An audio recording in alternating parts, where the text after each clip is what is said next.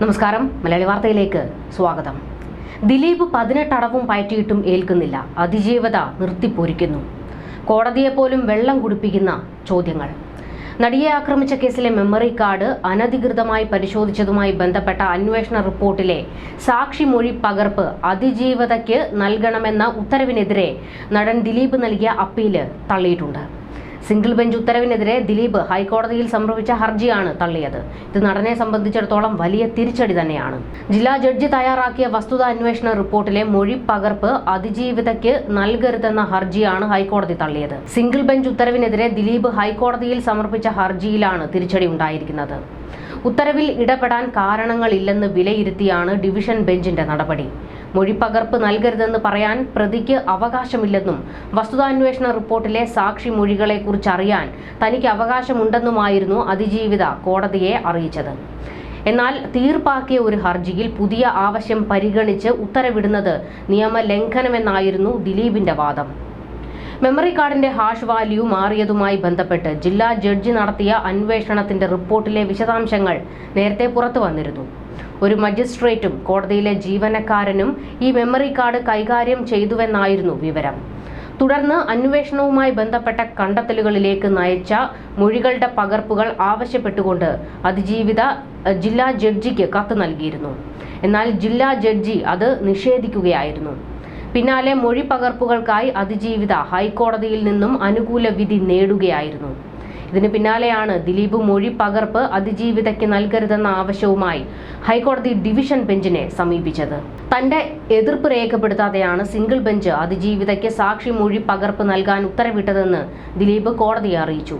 അതേസമയം കോടതി ഉത്തരവിനെ എതിർക്കാൻ പ്രതിക്ക് എന്ത് അധികാരമാണുള്ളതെന്നും മൊഴിപ്പകർപ്പ് അതിജീവിതയ്ക്ക് ലഭിക്കുന്നതിനെ എന്തിന് ദിലീപ് ഭയക്കണമെന്നും അതിജീവിതയുടെ അഭിഭാഷകൻ ചോദിച്ചിരുന്നു.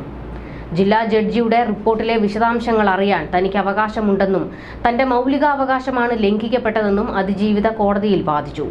അന്വേഷണ റിപ്പോർട്ടിലെ സാക്ഷി മൊഴി പകർപ്പ് എന്തിനാണ് ദിലീപിനെന്ന് അതിജീവിത ചോദിച്ചു. ആക്രമിക്കപ്പെട്ട ദൃശ്യങ്ങൾ അടങ്ങിയ മെമ്മറി കാർഡാണ് കോടതിയുടെ കസ്റ്റഡിയിൽ ഉള്ളപ്പോൾ അനധികൃതമായി പരിശോധിക്കപ്പെട്ടതെന്ന് അതിജീവിത ചൂണ്ടിക്കാട്ടി. അന്തസ്സോടെ ജീവിക്കാനുള്ള തന്റെ അവകാശം ലംഘിച്ചു. ആരാണ് അനധികൃതമായി ഇത് പരിശോധിച്ചത് എന്നതിൽ അന്വേഷണം ആവശ്യപ്പെട്ടത് താനാണ്. ഇതിന്റെ റിപ്പോർട്ട് പോലും തരാൻ വിചാരണ കോടതി തയ്യാറായില്ല. ഹൈക്കോടതിയെ സമീപിച്ചതോടെയാണ് ഇത് ലഭിച്ചത്.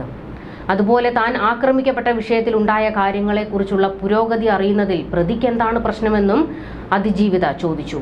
കേസ് മനഃപൂർവ്വം വൈകിപ്പിക്കുവാൻ പ്രതിഭാഗം ശ്രമിക്കുന്നതായും അതിജീവിത പറഞ്ഞിരുന്നു. അതിജീവിത വ്യാജ പ്രചരണം നടത്തുന്നുവെന്നായിരുന്നു ദിലീപിന്റെ വാദം. അതിജീവിത ജഡ്ജിമാരെയും കോടതിയിലെ ജീവനക്കാരെയും അഭിഭാഷകരെയും മോശക്കാരാക്കുകയാണെന്നും ദിലീപിന്റെ അഭിഭാഷകൻ കോടതിയിൽ പറഞ്ഞു. അതിജീവിതയുടെ അഭിഭാഷക ടെലിവിഷൻ ചാനലുകളിൽ വന്ന് തെറ്റായ കാര്യങ്ങളാണ് പറയുന്നതെന്നും ദിലീപിന്റെ അഭിഭാഷകൻ കോടതിയിൽ വിമർശനം ഉന്നയിച്ചിരുന്നു. അതിജീവിതയുടെ ഹർജി നിയമപരമായി നിലനിൽക്കില്ല.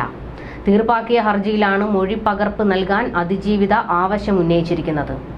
അതിനാൽ മൊഴി പകർപ്പ് നൽകരുതെന്നായിരുന്നു ദിലീപിന്റെ ആവശ്യം.